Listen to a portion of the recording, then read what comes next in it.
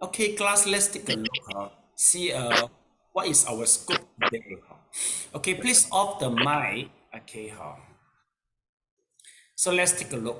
In previous lesson, we stopped here. Okay, we actually we are in the origin of the abhidhamma. So class, basically in the previous few lessons, we talk about what is the dhamma? So what is the seven abhidhamma? And then we talk about all this kind of stuff. Okay, we are still in the introduction only. So now we go through the introduction that the origin of abhidhamma. So basically, the abhidhamma, there's a two school here. One is so-called as Theravada, another school we call it as a Sarvastivada. Basically, if a present modern scholar, they will say that all abhidhamma is not by Buddha. It's not speaking by the Buddha. It's not spoken by the Buddha, but they are compiled by the Buddha disciple. For Sarvastivada, they said the same thing. They claim that just maybe not all is spoken by the Buddha. But for Theravada, in the perception, all was spoken by the Buddha, but maybe just only one is exception only. So meaning to say that everybody's everybody see what they want to see in the simple thing, in the simple way. So here he mentioned a few things. In previous lesson, remember, we talked about that Shakyamuni tried to using the psychic, and he noticed that the padana will admit the rays. Okay, so we talk about that now. And then besides this, then we talk here he mentioned that Abhidhamma Pitaka composed by the Buddha disciple, attribute to the author who appeared generation after the Buddha. So this is from the the Sarvastivada we mentioned just now. Whereas from the Theravada school, they say except the Kawatatu, the rest all are done by the Buddha. So we continue here regards this. Okay, now we will go through is the next paragraph. Yeah, Ku, can you please read the passage?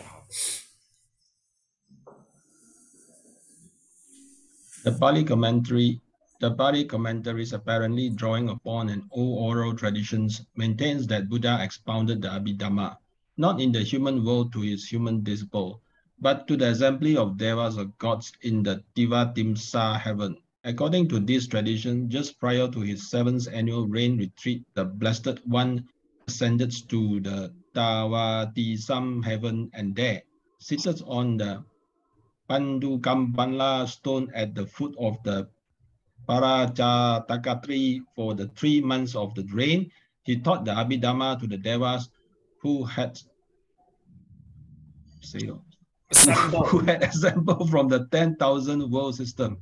He made the chief recipients of the teaching his mother, Mahamaya Devi, who had been reborn as a Deva. The reason the Buddha taught the Abhidhamma in the Deva world rather than in the human realm is because in order to give a complete picture of the Abhidhamma, it has to be expounded from the beginning to the end to the same audience in a single session. Since the full exposition received in unbroken continuities, they alone are capable of remaining in one posture for such a length of time. Ooh la la. However, each day to sustain his body, the Buddha would descend to the human world to go on alms round in the northern regions of Uttarakuru. After collecting alms fruits, he went to the shore of Anatakta Lake to partake of his meal. The elder Sariputta, the general of the Dhamma, would meet the Buddha there and receive a synopsis of the teaching given that day in the Deva world. Then to him the teacher gave the methods, say, Sariputta, so much doctrine has been shown. Thus the giving of this method was to the chief disciple, who was endowed with the analytical knowledge, as though the Buddha stood on the edge of the shore and pointed out to the ocean with his open hand. To the elder also the doctrine taught by the Blessed One in 100 and 1,000 of method become very clear. Okay, thank you so much. We digest these two paragraphs first.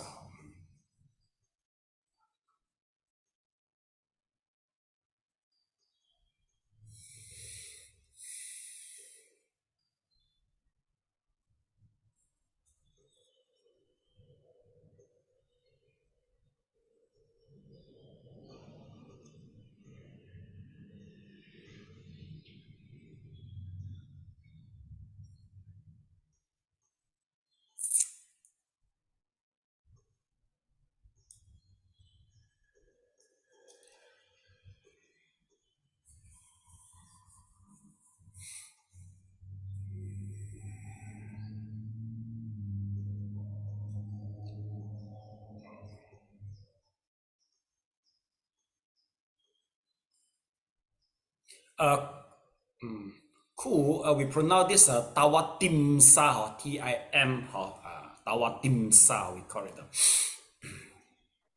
So long no tawa dim sum lah, 师父。No, not dim sum. Nothing to do with the dim sum. Yes. Specific.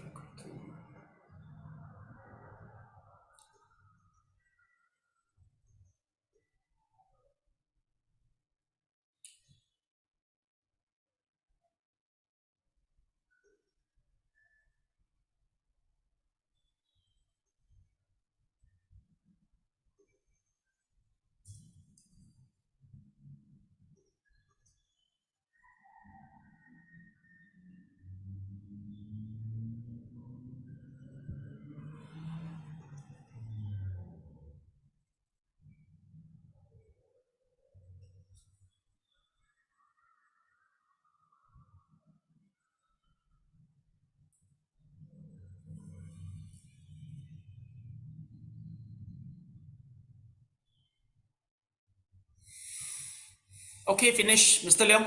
Finish, okay, okay. Now if we go back through the Pali commentary, this is something that mentioned regards this. Maybe first of all, we have to understand what's the Tawa Timsa in the first place. Okay, Tawa Timsa. Sometimes we call it Trayas Trimsa. That is from the Sanskrit lah. Tawa Timsa is from the Pali. Let's take a look. Where is the Trayas Trimsa? In Trayas Timsa in Mandarin, we call it Tao Li Tian. Tao Li Tian. Please take a look here. We can write out the Chinese Tao Li Tian, or we call it as a 33 Ru'am. Why? Because it consists of the 33 level of the heaven, so there will be 33 God there, so we call it as a Traya Timsa. Okay, let's take a look at you see, so totally from number 1 is a Sudamani Vasni, we begin so until the last 33 we call it as Takinaka. This is the last one, is the highest level. Okay, but this is not something I would like to mention. I want to mention is regards this. Basically, Traya Timsa, once we mention it, we'll use the words as a 6 sensual realm, sensual dewa, 6 sensuous dewa, or heaven. Let's see, because basically the 6 sensual heaven in Theravada, they are very well known. The reason is this 6 realm is quite close to us for this 6 realm. So this is the name. Let's see. Let's check. Let me check it out for you. And Traya Timsa is one of them. So take a look. You see here. So as a human, we are in number 0. So upper little bit we call it as a Jatu Maharajika heaven. This is we call it as a Sei Dai Tin Wok lah. Then this is a Tawa Timsa. It's very famous Tawa Timsa. And then we come here, number 4 we call it as a Tushita heaven. Alright. So 5th and the 6th is we call it as a Nimanarati and a Paranimita Vasavati heaven. So class, you can please copy down a little bit, or maybe you at least just copy down our title is we call it as what the 6 sensuous heaven. So you copy at the center. Let me tell you, once we talk about the Yama means the Ye Mo Tian, Ye Mo Tian. Well, why Tawa Timsa is so famous, even though it's just 2 levels higher than the human? The reason is Buddha ascend to Tawa Timsa and speak the abhidhamma to his mother, Mahamaya Devi. Besides, according to the legends in the Dijang Jing, Siddhikapa Buddha, Buddha also expound the Siddhikapa Buddha Sutra to his mother, also in the Tawa Timsa. So there you can see, it seems like a coincidence. How come in Mahayana we have our own story, but Theravada they have their own story? Both involve the Mahamaya Devi, but the sutra is different. In Mahayana, it's a Tijang Jinga, Siddhikapa Buddha Sutra. That is Mahayana Sutra, whereas Abhidhamma is a Theravada. If we call it as Abhidhamma, so that is a coincidence here. Basically, if let's say you study in the Buddhism college, we will use this as an assignment. It's a topic of assignment. How come both like that? We will maybe analyze from a different perspective, especially, from history as a background. So we will track the origin for both sutra and try to figure out how come this coincidence happened. What happened behind?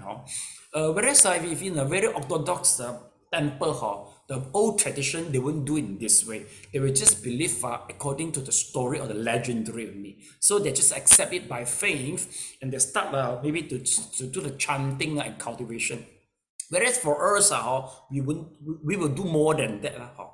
And then Tushita is very famous. Is due to, for all the Buddha, before they come down to the earth, they will be stay back in the Tushita. So this is why Tushita is so famous.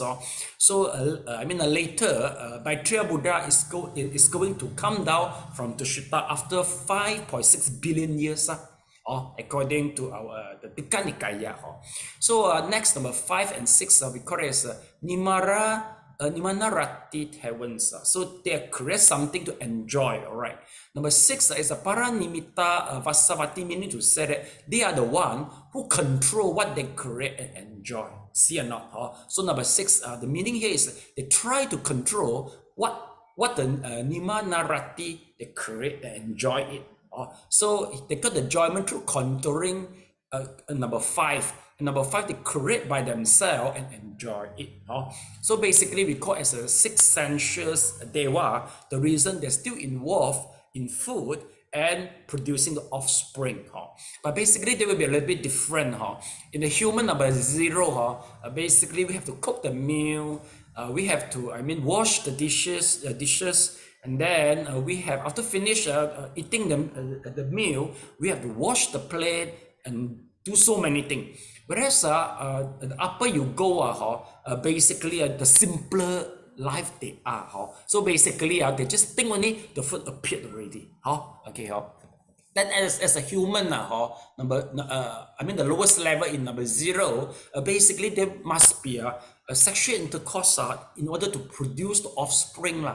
Whereas the higher they go, basically, maybe they just stay, especially number 5, they just stay to each other, then they will get pregnant and get the baby already.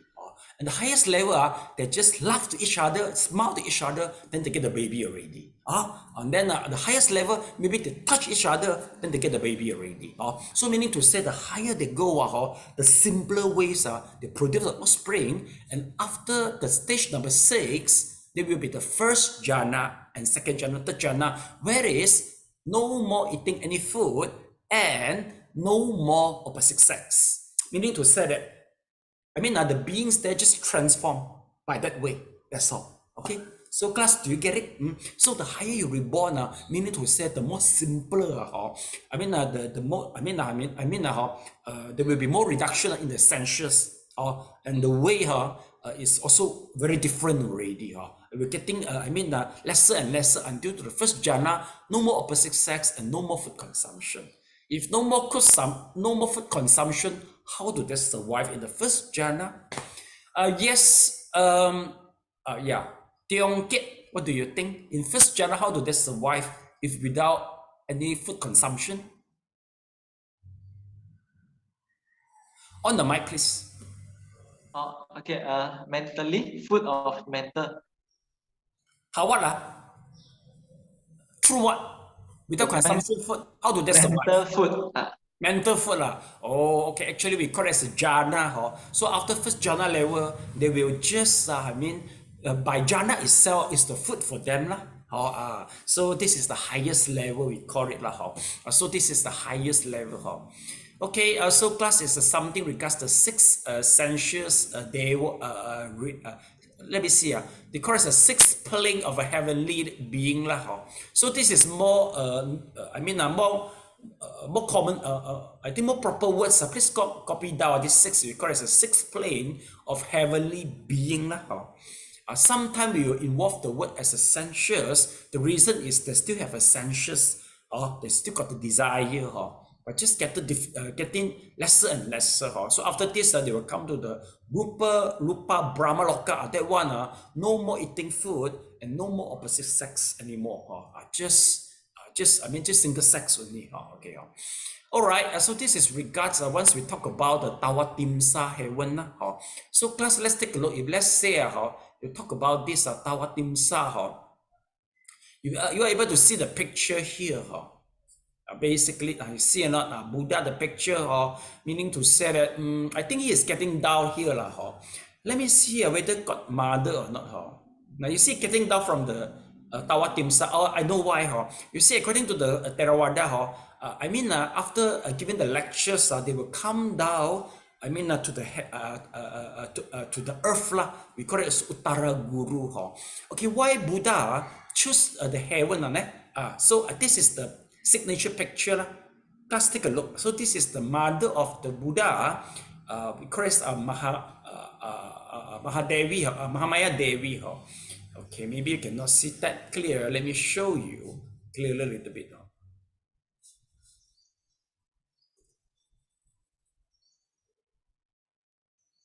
See, this is the picture.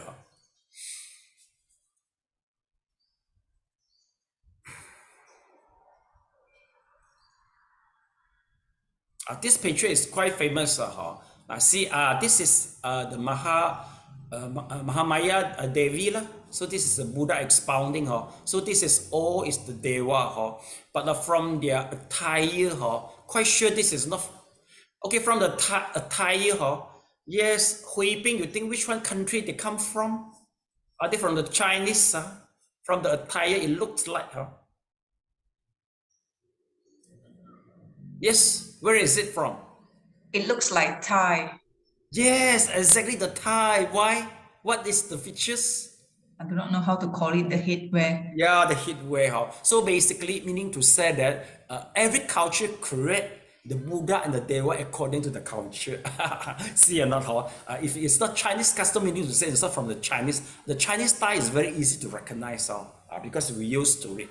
So that is the story regards. So after expounding the Dharma, meaning to say the Shakyamuni, will just come down. And then he will meet the Sariputta, and then he will tell him the synopsis. So the Sariputta will memorize all the synopsis. And then this is how the Abhidhamma begin, according to the Theravada, according to their old tradition. But of course, academically, we don't believe in this way. But the problem is they will try to answer why Buddha will spend 3 months speaking Abhidhamma in the heaven. The reason is because human cannot sit for 3 hours. I think after 50 minutes, maybe 1.5 hours, you have to go to the toilet we call it as how to say for pissing already. And then maybe for bowel evacuation, all this. But for Deva, they can sit more around continuously for 3 months to listen to the Abhidhamma. Okay, so that is the story from the Theravada old tradition. Okay, a few terminology, let me try to settle for you all. So let's see. Number one, we talk about the Pali commentary. Class, you have to be careful. Once people say that we insist to the Pali commentary, meaning to say that they don't, maybe they don't believe the Sanskrit tradition in the simple way. In the Sanskrit tradition. Why? Because basically for the Sanskrit, you see, this is a Sanskrit word. Basically, Sanskrit word is more from Mahayana text.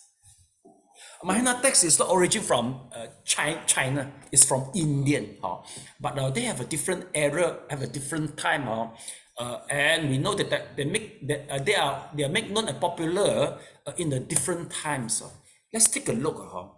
Basically, once people claim that they are more on a Pali tradition, meaning to say, let's see, they emphasize on the sutra, which is dated about, I mean, from I think this is about 300 before Christ, and then until to this 500 CE lah.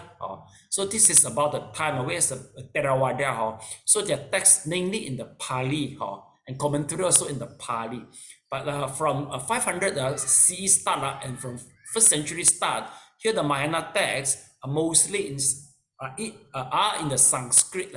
So this is the reason why they talk about it. They call themselves I'm more royal to the Pali text, or I'm more royal to the Sanskrit text. The reason is for this. Then secondly, let's take a look another terminology. This is Tawa Timsa, just that we mentioned already.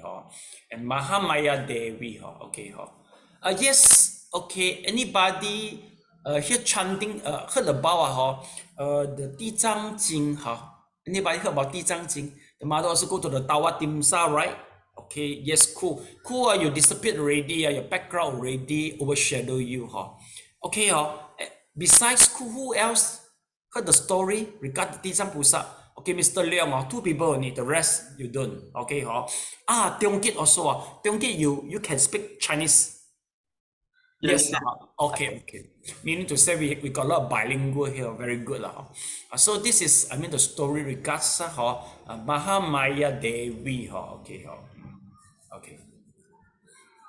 Well, anyway, basically, maybe if that's the case here, it's more on the tradition, I mean, old tradition way to express the origin, to build up the faith. So we see in this way. Then here we mentioned that Buddha will come to where? Uttara Guru. Where is the Uttara Guru actually, basically? This is the ancient Indian name. Let's see. Uttara Guru. In Chinese, we call it a Beiju Luzhou. Beiju Luzhou. In the north of the Himalaya, I think. Let's see. Okay, Uttara Guru. Is the name of the Dipa. Dipa means is the continent. So you see, this is the ancient Hindu and Buddhist mythology, not a mythology, you see, as well as a Jain cosmology. So meaning to say Hinduism, Buddhism, and the Jainism, they share the same cosmology. So Uttara Guru means what? Uttara Guru Kingdom is people are sometimes described as belonging to the real world. Then whereas at other time they are mythical and otherworldly spiritual being, you see or not? So they got a different way how to mention them. So they call it the Guru were a tribe during the Vedic civilization of India. The Uttara Guru were there for population to the north of the Guru or north of the Himalaya, see or not? So that is we call it as a cosmology. Basically, once we talk about the cosmology regarding all this Uttara Guru, we'll use one word. There's a Sumeru mountain. There's the Uttara Guru. Let's see. This is I mean we call it as a cosmology, ancient cosmology. Okay. Just as a reference, class. See, here is it. This is the Sumeru mountain. Let's check. Okay. So maybe you heard about this.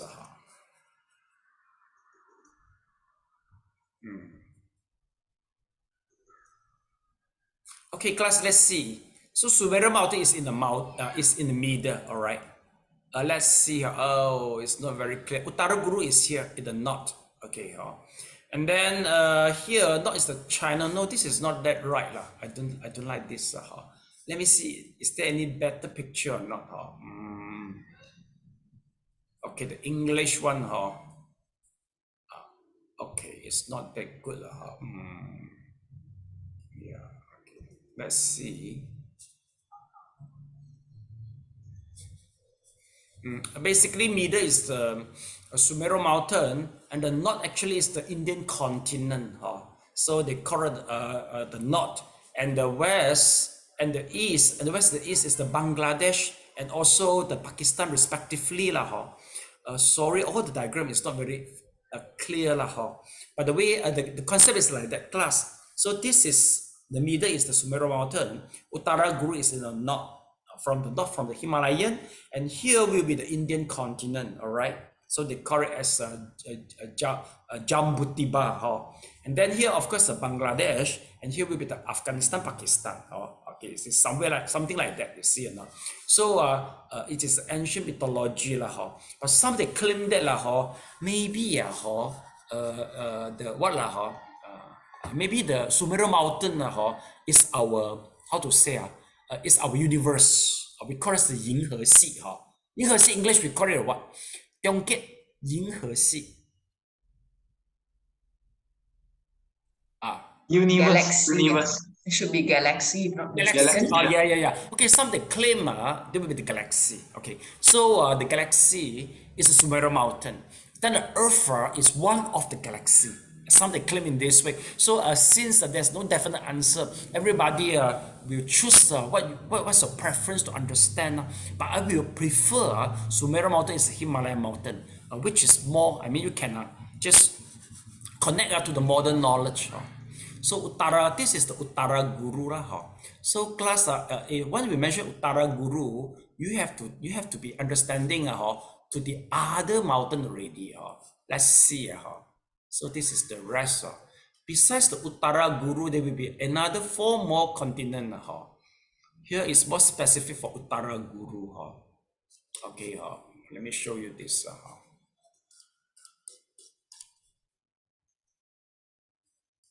Uttara Guru, Sumeru mountain.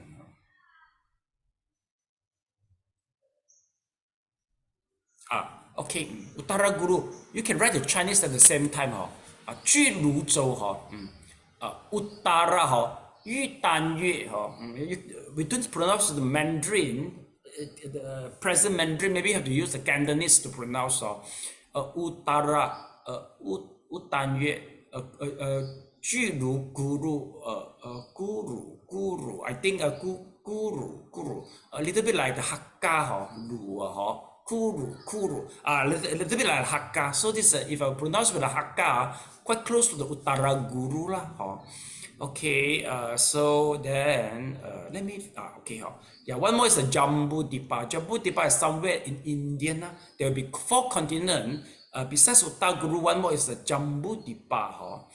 Okay, there will be another 2, 4 continents. Okay, not many here, just a little bit facts here. Let me try to find out the name of the other 2 for you. Mount Meru. Okay, let's see.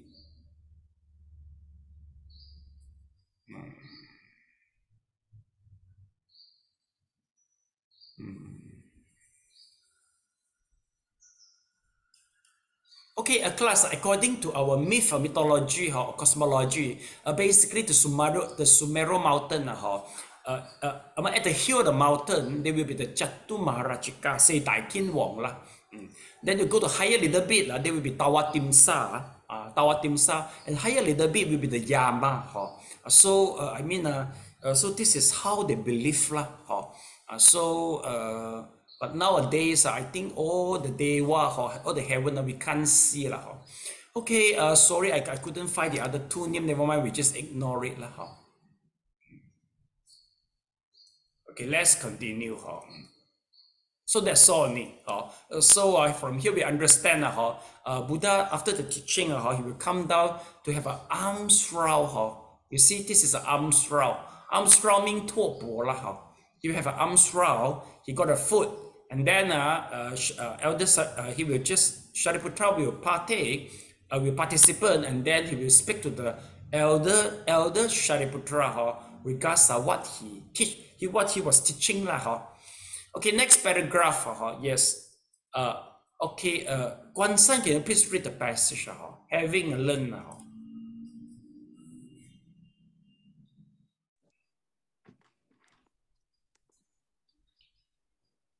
Having learned the Dharma taught him by the Blessed One, Sariputta in turn taught it to his own circle of 500 pupils, and thus the textual recension of the Abhidhamma-Pitaka was established. To the Venerable Sariputta is scripted the textual order for the Abhidhamma treatise as well as the numerical series in the Patana. Perhaps we should see in this admission of the Attasalini an implicit acknowledgement that while the philosophical vision of the Abhidhamma and its basic architecture originate from the Buddha, the actual working out of the details and perhaps even the prototypes of the texts themselves are to be ascribed to the illustrious chief disciples and his entourage of students. In other early Buddhist schools, too, the Abhidhamma is closely connected with the Venerable Sariputta, who in some tradition is regarded as the literal author of Abhidhamma treatise. A brief outline of the contents of the 7 canonical Abhidhamma books will provide some insights into the plethora of textual material to be condensed and summarized by the Abhidhammata Sangaha. The book, the Dhamma Sangani, is the fountainhead of the entire system. The title may be translated enumeration of phenomena, and the work does in fact undertake to compile an exhaustive catalogue of the ultimate constituents of existence. Opening with Matika, the schedule of categories which serve as the framework for the whole Abhidhamma, the text proper is divided into 4 chapters. The first, States of Consciousness, takes up about half of the book and unfolds as the analysis of the first triad in the Matika, that of the wholesome, the unwholesome, and the indeterminate. To supply the analysis, the text enumerate 121 types of consciousness classified by way of their ethical quality. Each type of consciousness is in turn dissected into concomitant mental factors, which are individually defined in full. The second chapter on matter continues the inquiry into the ethically indeterminate by enumerating and classifying the different types of material phenomena. The third chapter, called the Summary, offers concise explanation of all terms in the Abhidhamma matrix and the Suttanta matrix as well. Finally, a concluding synopsis provides a more condensed explanation of the Abhidhamma matrix, but omits the Suttanta matrix. Okay, yeah, Guan, if you continue reading, can you continue breathing or not? You seem to want to stop breathing, right? Lama, okay, never mind, let's Guan read for you, the Vibhanga, please, Guan, 1. The Vibhanga, the book of analysis, consists of 18 chapters, each of self-contained dissertation, dealing in turn with following: aggregate sense-based elements, truths, faculties, dependent arising, foundation of mindfulness, supreme efforts, means to accomplishment, factors of enlightenment, the Eightfold Path jhana, illimitables, training rules, analytical knowledge, kind of knowledge, minor points, a numerical inventory of defilements, and the heart of doctrine.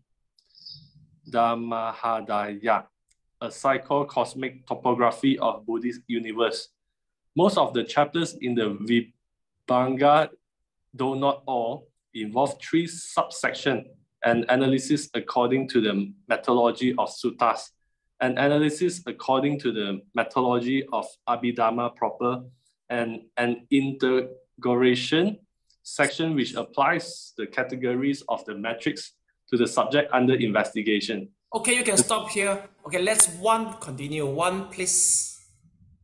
Yeah. The Dhatu Kata, the discourse on elements, is written entirely in catechism form.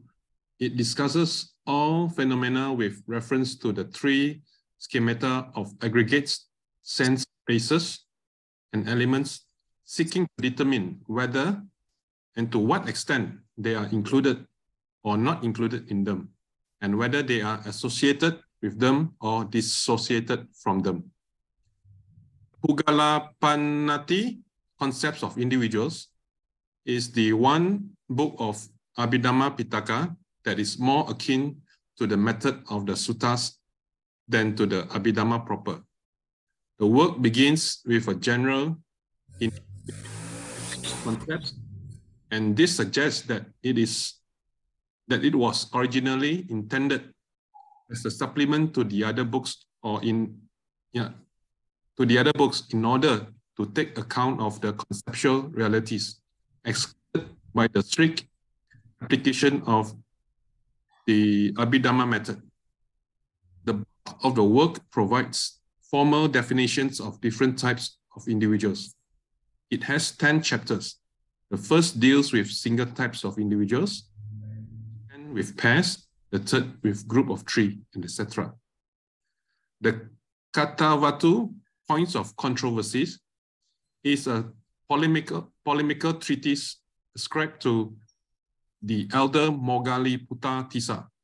He is said to have compiled it during the time of Emperor Asoka, 218 years after the Buddha's Parinibbana, in order to refute the heterodox opinions of the Buddhist schools outside the Theravadin fold. The commentaries defend its inclusion in the canon by holding that the Buddha himself, foreseeing the errors that would arise, laid down the outline of rebuttal, which Moggaliputta Tissa merely filled in according to the master intention. The Yamaka, the books of pairs, has the purpose of resolving ambiguities and defining the precise usage of technical terms. It is so called owing to its method of treatment. It employs the dual grouping of a question and its converse relation. For instance, the first pair of questions in the first chapter runs thus: are all wholesome phenomena wholesome roots? And are all wholesome roots wholesome phenomena? The book contains 10 chapters: roots, aggregates, sense pieces, elements, truths, formations, latent dispositions, consciousness, phenomena, and faculties.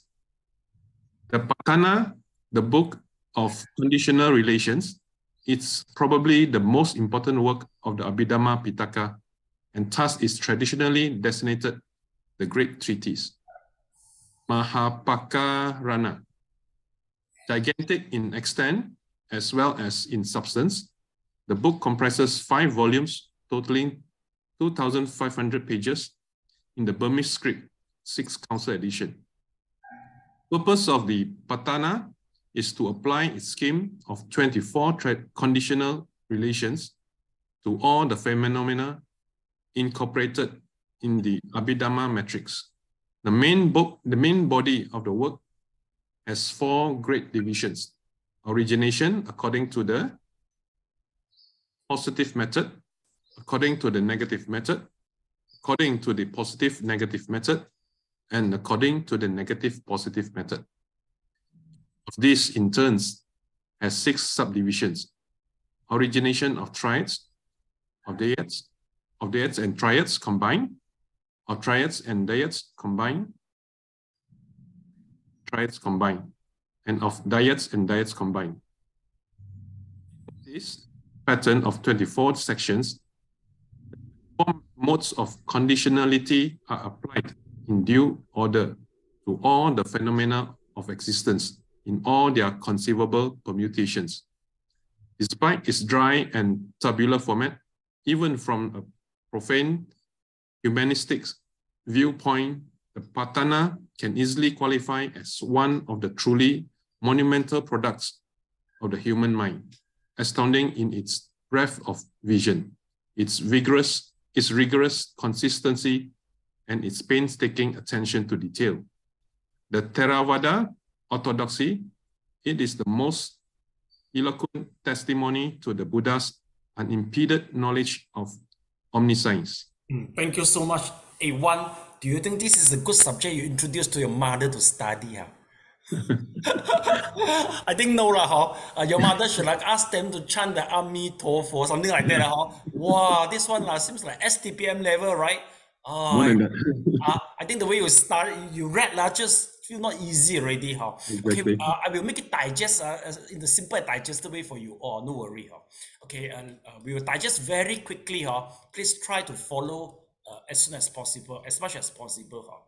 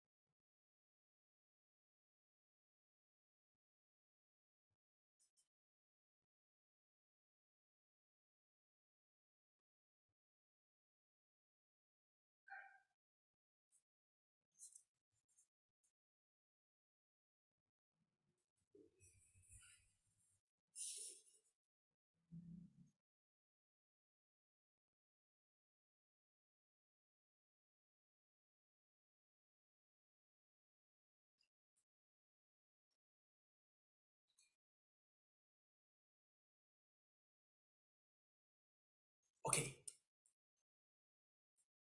Yeah, Mr. Leong, Mrs. Leong, are you able to follow or not? I go very fast. Okay, Mr. Leong, can you follow the highlight? Okay, I don't. Okay, boleh ikut lah ha. Okay, let's. Okay, yeah. So class, let's take a look here. I mean, before we finish, meaning to say Shariputta, after get the teaching from the Buddha, then we try. You see, we try to he will try to teach the other 500 pupils. Then this is how they start the Abhidhamma according to the ancient tradition. Okay, then from here, what is the conclusion is regards the 7 Abhidhamma books. But since the figure involved is a Shariputra, if let's say people ask you what's the origin of the Abhidhamma, the figure involved in a lot, it will be the Sariputta. And Sariputta, his nickname is the wisdom number 1. So basically, usually Abhidhamma orientated, whatever relate to the Abhidhamma, we will put Sariputta as a figure. Then we go to the 7th book of Abhidhamma. Why this 7th book is so important? Class, basically this 7th book, and then we come the commentary. There will be a huge, it will become a major resource. This is a major resource for the Buddhists, for our Buddhists. Let's take a look. This is the 7th Abhidhamma. 7 Abhidhamma. Abhidhamma Pitaka, access to the insight. Let's see. Of course, we won't go through it. The reason is we just know the brief will be good enough already. See or not? So this is the 7 Abhidhamma. As we just now, see, Dhamma Sangani, Vibhanga, Dhamma Tatu, they will be totally 7. Okay, okay, basically, there will be totally 7. Maybe here, according to the text, number 1, they said the most important is this. See or not? Is the Dhamma Sangani as a fountainhead for the entire system. Let's take a look. How is the fountainhead? Here they ask us to come here. PDF file. Let's take a look. So this is Dhamma Sangani. Okay. I bet you will never go through it if I don't open it to let you see. Am I right? I think no people will go through this. Yeah, okay. So let's take a look. So how is the why do we call it as a fountainhead? We just know a little bit will be good enough already. Okay, let's see. Editorial note and the content. So this is regards the now you see here is we begin with the introduction, and then we go to the Matika. Remember just now the word we come out as the Matika in the simple way, it will be the condensed, and then you see here got part 1, you see the consciousness, good state of the consciousness. Then from here we can see chapter 1, 2, 3. You see so many things. 7 Abhidhamma, actually one of them is already so big and so long already. See or not? So this is the 7th Abhidhamma we mentioned here. Okay. And remember that this 7th Abhidhamma is number 1 is the Dhamma Sangani. This is so important according to the author. The reason is because we begin everything from the system. And then you see it begin with the number 1 is the consciousness. Then we talk about the matter. Okay, class, the state of the consciousness. If you go back to see your book, the condensed, then will be the chapter 1 and chapter 2. You see or not? Consciousness and mental factor. See or not? Okay, chapter 1, chapter 2. This is how we relate to this. And then we go to the on matter. Class, can you check the condensed? Which one relates to the matter? M-A-T-T-E-R, matter. Yeah, Mr. Leong, in which chapter regards to the matter?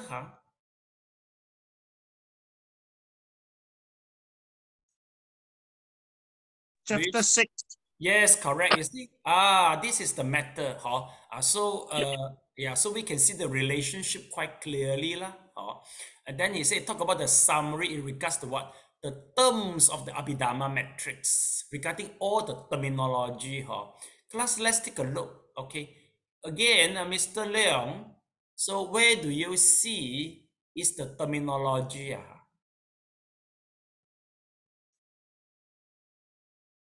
Sorry again, Sifu. Terminology. Which one chapter is regard this? I see. According here, you see, there's one more is the summary, the terms in the Abhidhamma matrix and the Sutanta matrix as well, sir. Meaning to say they will explain the definition. So in which one chapter you see, Mr. Leong? With a summary.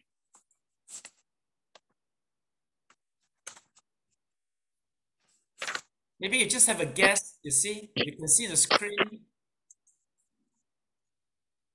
Maybe chapter 7. Chapter 7. You mean it's the competitive category, right? Class, is Mr. Leong striking a lottery, you think? Yes. Okay. He strikes. That's correct. Yeah, this is the chapter. Actually, is correct. It's in the chapter number. Chapter number 7. It's a category. Okay. So we can see the relationship so strong here. All right. Then we go to the synopsis. You see. Okay. So we don't bother the last one. Now we go to the Vibhanga. Okay. Off the mic, please. You see, Vibhanga is regarding the self-contained dissertation. We will see aggregates, sense bases, elements through so many things. Okay. But class are basically the aggregate, sense bases, and the elements. They are the major topics in Abhidhamma. Where can you get all this, class? Okay, cool. Can you try to answer me? Okay, so you see aggregate, sense, base, element. Where can you see throughout here? Yeah, cool. What do you think? In which one chapter you think?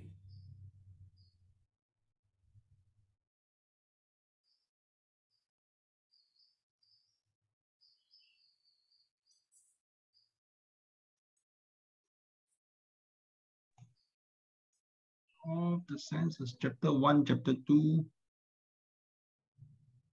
senses. Chapter 1, chapter 2. Okay. Maybe we must two Kok Hong work together, collaboration between the two Kok Hong. Yeah, how about 1? Okay, cool answer already. Hey, you feel good with the answer 1 and 2, all right? So how about 1?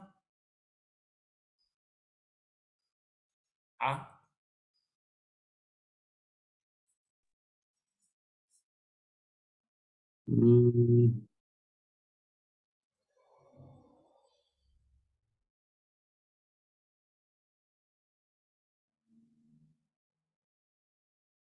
don't know, looks all more or less the same. Okay, so what's your answer? You want to answer all? No. Yes, the answer is all. Applause to Really? 1. Yeah, that's correct. Actually, the whole thing is regards the aggregate and the job base and the element. See or not? So meaning to say, class, what we try to study is the aggregate and the base and element in depth. You see or not? Why? Because the reason is for the whole Abhidhamma, we try to disorientate the cell, you see. So once you disintegrate the whole cell, meaning to say you turn out become non-cell already. So they try to analyze the our whole self. So you get it correct already. Very good. Once you guess this, once you get it right, you can remember the thing for the whole life. Okay, next let's see. It's the Dhatu Kata. It's the discourse of element. Nothing much to say. Then here is the Bugala Panyati. Bugala Panyati is akin to the method of the sutra, quite close to the sutta, not that close to the Abhidhamma, because a lot of concept will be taught. Okay, so class, do you see any concept in our title here or not? Yeah, Hui Ping, what do you think? Is concept very clear? I mean, in chapter number 1 to chapter number 9, you think?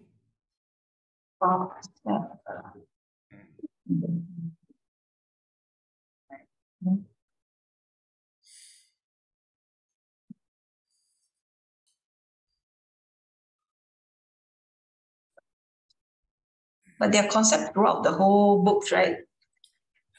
Opposite. Actually, no concept in the book. Okay. See, you know, things look so funny. You see, actually, 7 Abhidhamma, they got one book specific for the concept. The concept, remember, in previous lesson, we mentioned that Sutra, why so different with Abhidhamma? Because in Sutra, we mentioned that, oh, one day, Shakyamuni will go to the alms round, he met somebody. See or not, you will see Shakyamuni, they will have a conversation. I mean, I just like a real life, but Abhidhamma, no. Abhidhamma, you analyze the whole thing, become a paramatta already. You are not able to see people talk with the people, all the mundane language you don't see anymore. So Hui Ping, the answer is opposite. You don't see anything in Abhidhamma. Of course, but of course they got a small section, a very exceptional small section. But regards the whole book, actually, none mention the Panyati. This is the concept. So class remember, it's very quite spatial, this one. Okay, then again, let's see.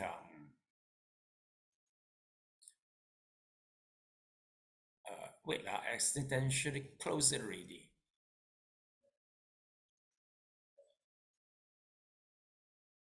Okay, again, how about this? Let's see. Okay, Katavatu is regarding the controversy issue and is ascribed by the elder Mongalanatissa, meaning to say there will be involved some debate issue. So you think which chapter will involve the debate issue? Guansan. From the name, you think where is the debating issue inside?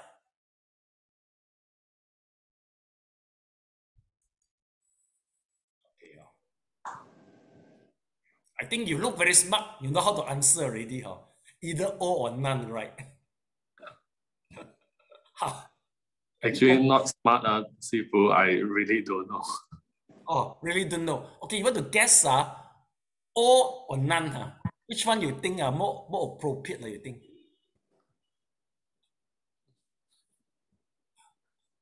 My tai my sai You haven't gambled before. My tai my sai So which one you think?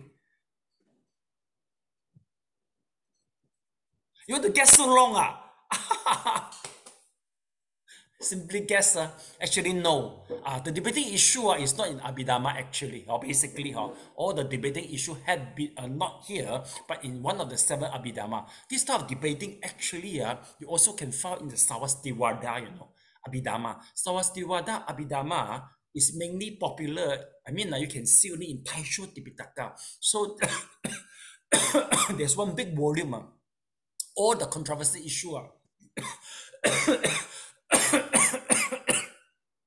anything haven't been defined by Shakyamuni or have been put down in that Abhidhamma. So this is how we see all this type of stuff. Okay, then lastly, let's see, it's a Yamaka. Yamaka resolving the ambiguity, defining the precise usage of the technical terms. So technical terms same, just how for Mr. Leong answer is number 7.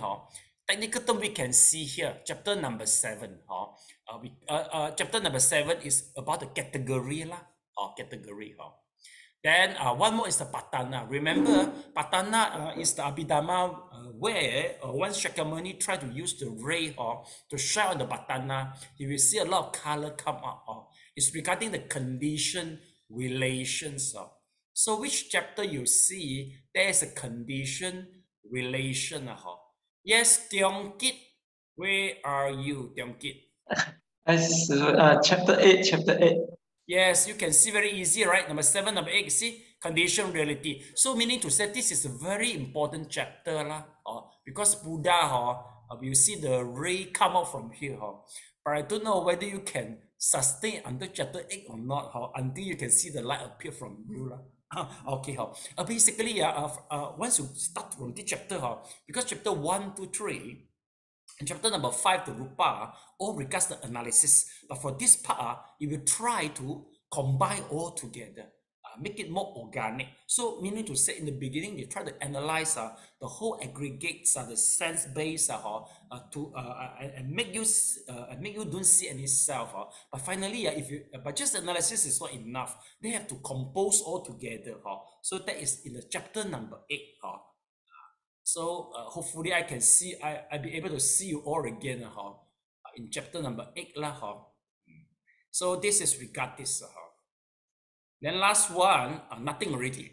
Okay, so this is the abhidhamma. Okay, okay, basically class, if let's say just now I show you already this type of abhidhamma, do you think it is, if let's say you go through it, it is quite hard for you to understand what can you do actually? Yeah, Mr. Leong, what will you do? If you go through abhidhamma, wow, cannot understand. So what can you do actually? Not sure, Sifu, but maybe go back to the Nikayas. Here they don't ask you go back to Nikaya, but they ask you go back to commentary. So Mr. Leong, okay, they come to the commentary if you don't understand. Okay, yes, before we do the reading, I guess abhidhamma is already complicated. With the additional commentary, you think they solve your problem or create more problem to you, Mr. Leong? More confusion now. Okay, we haven't started yet. Don't say more confusion. Let's begin here. Mr. Leong, you read, okay, the commentary, please. Okay, the books. The commentaries. The books of the Abhidhamma-Pitaka has inspired a voluminous mass of exegetical literature composed in order to fill out by way of explanation and exemplification the scaffoldings erected by the canonic text. The most important works of this class are the authorized commentaries of Acharya Buddhaghosa. There are 3 in number: the Attasalani, the expositor, the commentary of the Dhamma Sangani, the Sambhohavinodani, the dispeller of delusion, the commentary of the Vibhanga, and the Pachapakarana Attatha, the combined commentary to the other 5 treatises. To this same stratum of literature also belongs to the Visuddhimagga, the path of purification, also composed by Buddhaghosa. Although this last work is primarily an encyclopedic guide to meditation, its chapters on the soil of understanding lie on the theory to be mastered prior to developing insight, and thus constitute in effect a compact dissection on abhidhamma. Each of the commentaries in turn has its sub-commentary by the elder of Sri Lanka called Acharya Ananda, and these in turn each have sub-commentary by Ananda's pupil Dhammapala, who is in distinguished form from the great Acharya Dhammapala, author of the Tikas to Buddhaghosa's works. When the authorship of the commentaries is ascribed to Acharya Buddhaghosa, it should not be supposed that they are in any way original compositions or even original attempts to interpret traditional material. They are rather carefully edited versions of the vast body of accumulated exegetical material that Buddhaghosa found at the Mahavihara in Anuradhapura. This material must have preceded the great commenters by centuries, representing the collective efforts of generations of erudite Buddhist teachers to elucidate the meaning of the canonical abhidhamma. While it is tempting to try to discern evidence of historical development in the commentaries over and beyond the ideas embedded in the Abhidhamma-Pitaka, it is risky to push this line too far, for a great deal of canonical abhidhamma seems to require the commentaries to contribute the unifying content in which the individual elements hang together as parts as a systematic whole and without which they lose important dimensions of meaning. It is thus not unreasonable to assume that a substantial portion of the corporeal characters originated in close proximity to the canonic abhidhamma and was transmitted concurrently with the later. Though lacking the stamp of finality, it was open to modification and amplification in a way that the canonical text will not. Okay, Mr. Leong, I think you better stop here before you die of suffocation. We let Hui Ping to wait for you. Yeah, okay, Hui Ping, please continue. Bearing this in mind, we might briefly note a few of the abhidhamic conceptions that are characteristics of the commentaries, but either unknown or recessive in the Abhidhamma-Pitaka itself. One is the detailed account of the cognitive process, Chittavidhi. While this conception seems to be tacitly recognized in the canonical books, it now comes to be drawn out for use as an explanatory tool in its own right. The functions of the chittas, the different types of consciousness, are specified, and in times the chittas themselves come to be designated by way of their functions. The term kana moments replaces the canonical samaya, occasion, as the basic unit of delimiting the occurrence of events, and the durations of a material phenomenon is determined to be 17 moments of mental phenomena. The division of a moment into 3 sub-moments, arising, presence, and dissolution, also seems to be new to the commentaries. The organizations of material phenomena into group kalapa, though implied by the distinctions between the primary elements of matter and derived matter is first spelled out in the commentaries, as is the specifications of the heart base, Hadayavatu, as the material basis for mind elements and mind consciousness element. The commentaries introduce many, though not all, of the categories of classifying karma and worked out the detailed correlations between karma and its results. They also close off the total number of mental factors. Chittasika, the phrase in the Dhammasangari or whatever other unmentions conditionally arisen in material phenomena there are on the occasion, apparently envisages on open-ended universe of mental factors, while the commentaries delimit by specifying the or whatever states. Again, the commentaries consummate the Dhamma theory by supplying the formal definitions of Dhamma as things which bear their own intrinsic nature. The task of defining specific Dhammas is finally rounded off by the extensive employment of the fourfold defining device of characteristics, function, manifestations, and proximate cause, a device derived from a pair of old exegetical texts, the Petakopadisa and the Netipakarana. Okay, thank you so much. Hey, Hui Ping and Mr. Leong. Hey, the author for the article actually is Bhikkhu Bodhi. He's still in America. Okay, if you met him, what will you say to him? Next time, write using a more simpler English. Right, in simpler English. No complimentary, but ask him to write the simple English. Yeah, Mr. Leong, how do you, if you met him, any complimentary to him or not? Yeah, tell him, Bhikkhu Bodhi, can you please write it in simple English? Yeah, actually, Bhikkhu Bodhi really is still in America, and my teacher works with him. actually they have a collaboration in certain project regards to Dharma so both meaning never mind what were you saying all have been recorded down already. If possible will pass to Bhikkhu body lah. Okay, I joke only lah. Okay.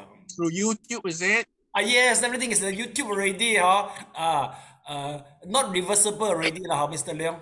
No more irreversible. Yeah, we have crossed the Rubicon. Yeah. He will ask us to go and learn your English. Yes. So before you come and read our books. Okay, we try to digest this paragraph of commentary.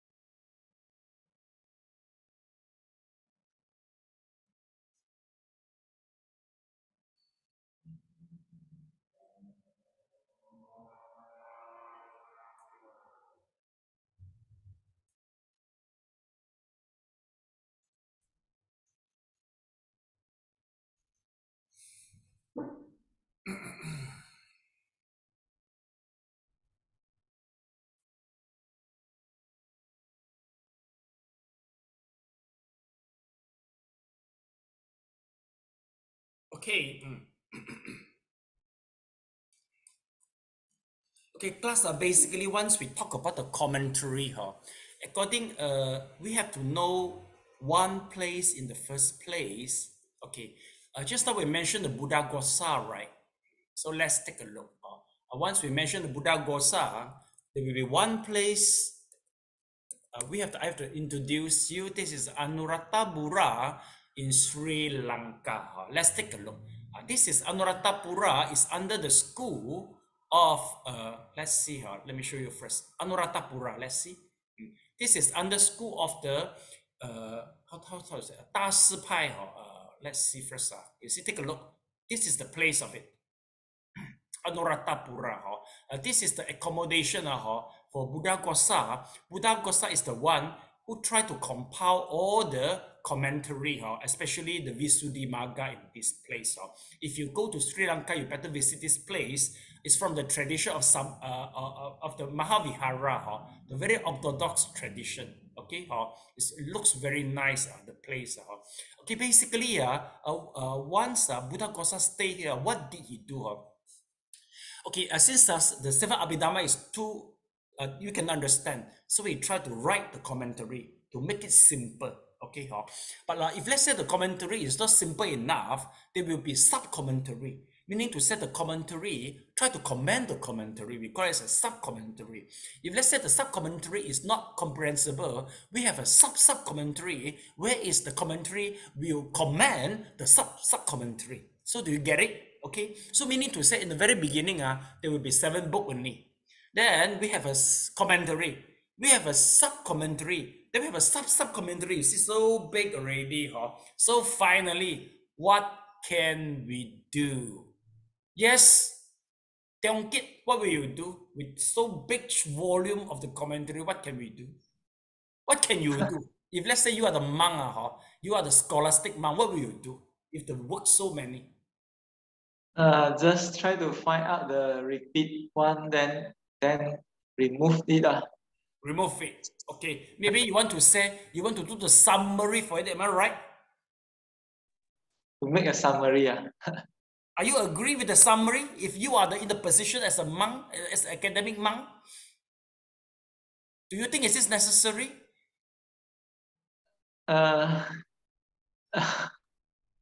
Summary. I'm not sure whether I will interpret the meaning correctly if I do something. You must have the confidence, because the truth is, yes, somebody start to do the summary. The summary is what are we going to study in next lesson. Abhidhamma Sanghaha. Okay, okay, class. Basically, this trend not only happened in this Theravada, also happened in the Sarvastivada. Same thing. In the very beginning, the things, the Nikaya is too simple, so we will have to more comment on it. We comment it and compile become the Abhidhamma. When Abhidhamma not easy to understand, we have a commentary. Then we need additional. We have a sub commentary, and we need another additional. We call it as a sub commentary. So later it's too many already. What to do? We do the summary again. See or not, you wouldn't be free in any time, anywhere, right? So this is happening here. So now we go, okay, let's take a look. Now we go to this is, okay, from a commentary, there's a few names, just remember.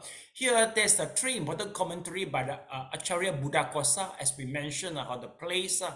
So that is the name of it.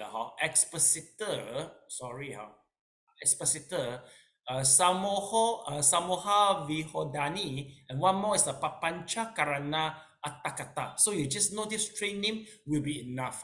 But maybe you should highlight. You should be highlighted with the Visuddhimagga, the path of the purification. So this one, Kok Hong is studying now. Yes, cool. Any comment to the path of the Visuddhimagga in Monday, which you are studying? Oh, after that you become Nibbana. You get Nibbana every Monday. You think it is good?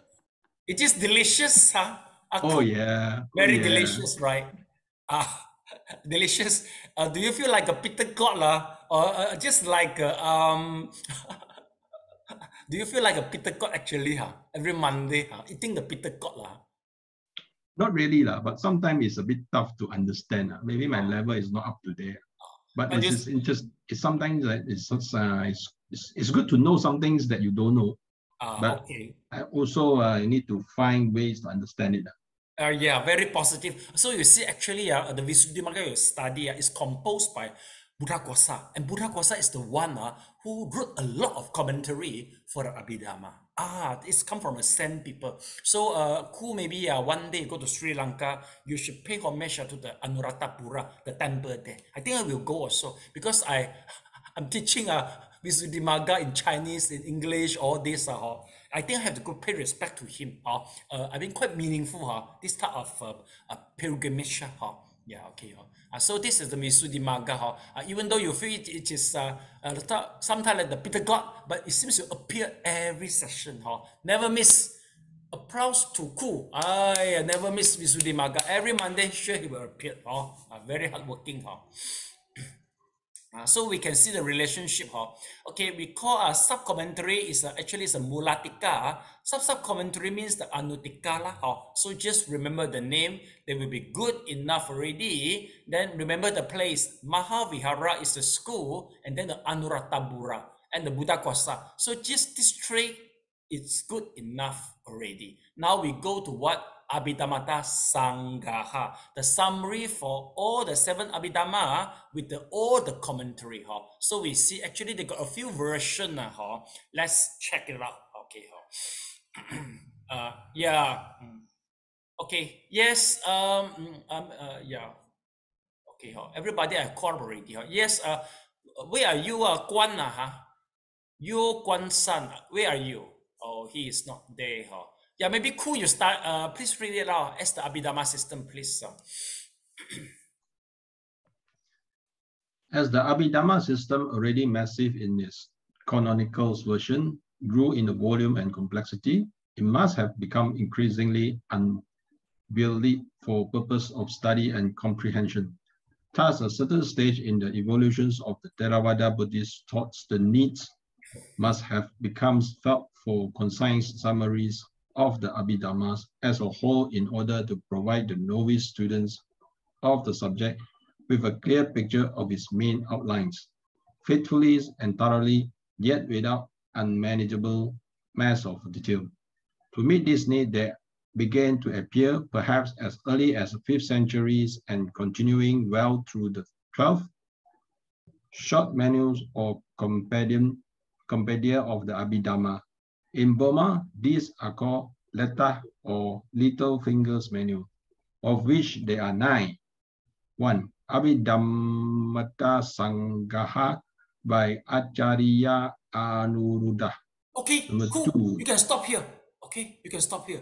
Okay, the rest I will ignore them because this is our syllabus. The rest no more. I have to bring you all to start in the next chapter already. So continue with among. Okay.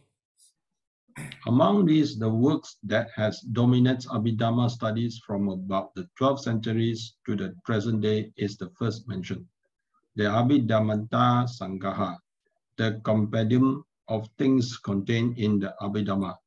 Its popularity may be accounted for by its remarkable balance between concision and comprehensiveness. Within its short scope of all essentials of the Abhidhamma are briefly and carefully summarized. Although the book's manner of treatment is extremely terse, even to the point of obscurity when read alone, when studied under a qualified teachers or with the aid of an explanatory guide, it lets the students confidently through the winding maze of the system to a clear perception of its entire structure. For this reason, throughout the Theravada Buddhist world, the Abhidhamma Sanghaha is always used as a first textbook in Abhidhamma studies.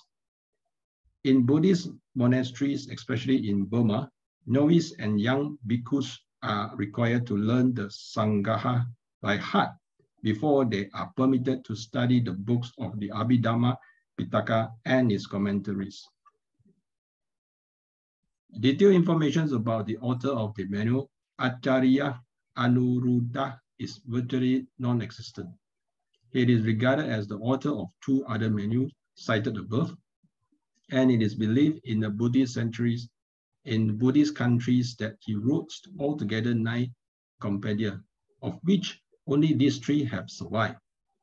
The Paramattha Vinichaya is written in an elegant style of Pali and attained a high standard of literary excellence. According to the colophon, its author was born in Kaveri in the state of Kachipura in South India. Acharya Buddhadatta and Acharya Buhagas are also said to have reside in the same area.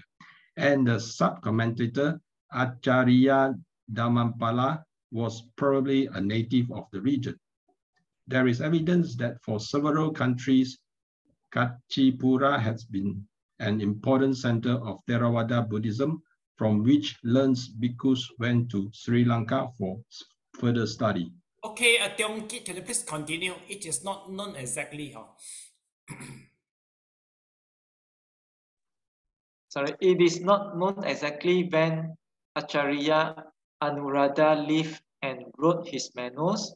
An old monastic tradition regards him as having been a fellow student of Acharya Buddhadatta under the same teacher, which would place him in the 5th century.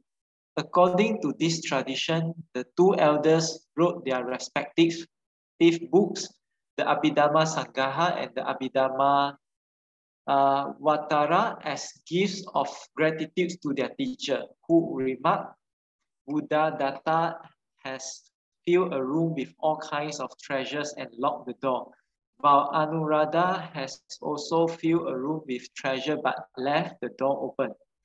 Modern scholars, however, do not endorse this tradition, maintaining on the basis of the style and content of Anuruddha's work that he could not have lived earlier than the 8th century, more probably between the 10th and early 12th centuries. In the colophon to the Abhidhamma-Sangaha, Acharya Anuruddha states that he wrote the manual at the Mulasoma monastery, which all exegetical traditions place in Sri Lanka. There are several ways to reconcile this fact with the concluding stanzas of Paramatta Vinichahaya, which state that he was born in Kanchipura. One hypothesis is that he was the South Indian descent, but came to Sri Lanka, where he wrote the Sangaha. Another at once by G.P. Malalasekara holds that he was a native of Sri Lanka who spent time at Kanchipura, which, however, passes over his statement that he was born in Kanchipura. Still, a third hypothesis proposed by Venerable A.P. Buddhadatta Mahathera assert that there were two different monks named Anuruddha, one in Sri Lanka, who was the author of the Abhidhamma-Sangaha, and another in Kanchipura, who wrote the Paramatta Vinichahaya. Okay, thank you so much.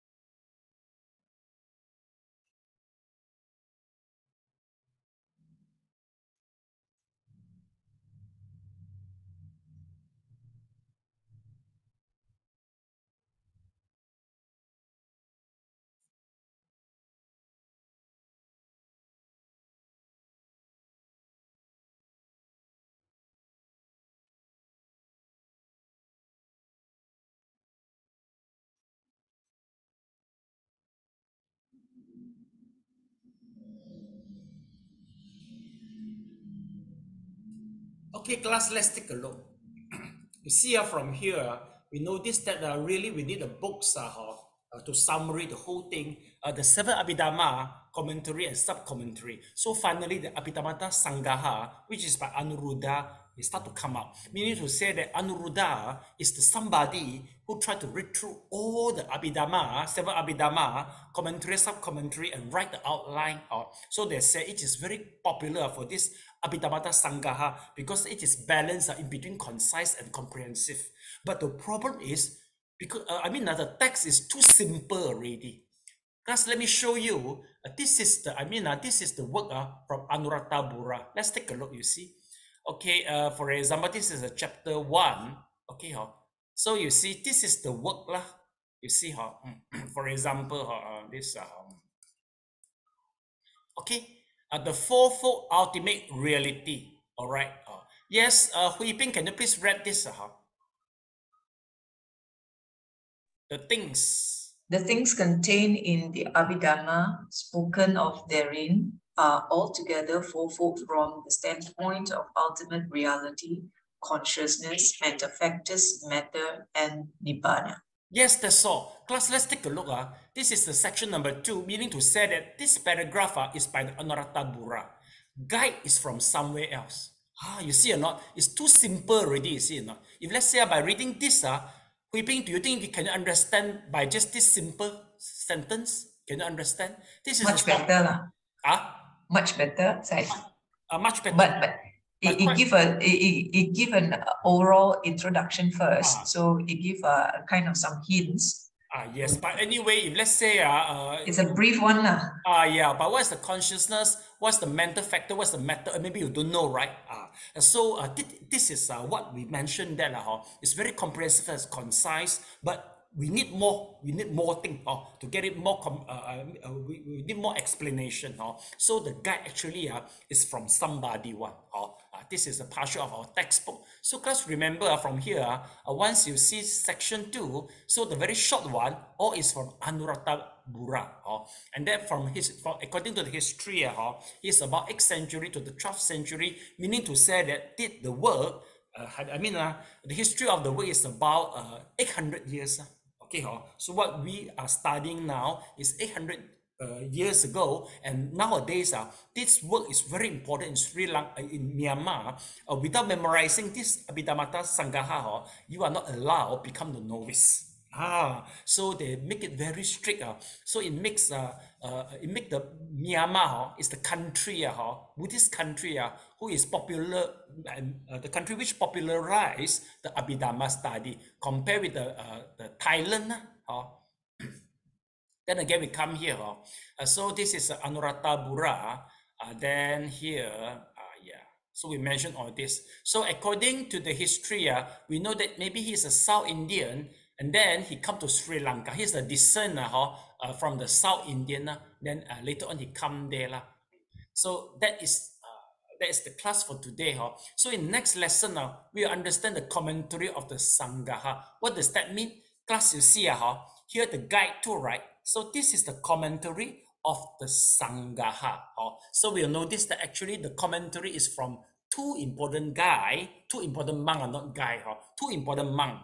And then their work, after integrate the Anuruddha work and these two commentary, it become our whole books today. So the book, this is the origin from the things we study here. See or not, class, in the very beginning, very huge volume. So Anuruddha Bura study the whole thing, digest the whole thing, and then finally we get the material. And then with additional 2 more people commentary, then this is our textbook. And we will start the condenser in our next lesson. So we begin the next chapter already. And then before we begin the first chapter, we will also know the summary, the whole condenser. Maybe I roughly just mentioned to you all. So class, let's take a look. According to here, chapter number 1, okay, introduction will be finished. Chapter number 1 and 2 is the basic for everything. Now, 1, 2, and 3 is the basic for everything. And chapter number 4 or 5 is the application. All All right. Then again, chapter number 6, the method also is the fundamental. Then from here, we come to the conditionality. That is the most important thing, because from the conditionality, we are able to check our present life, past life, and the future life, and see the cause and effect built on the three life, and we will know that how the reincarnation occur. By knowing the reincarnation, how occur, then we go to the last chapter, which is the samatha vipassana, meaning to say we'll try to use the samatha vipassana to break the reincarnation. Okay, I see you all next week. Okay.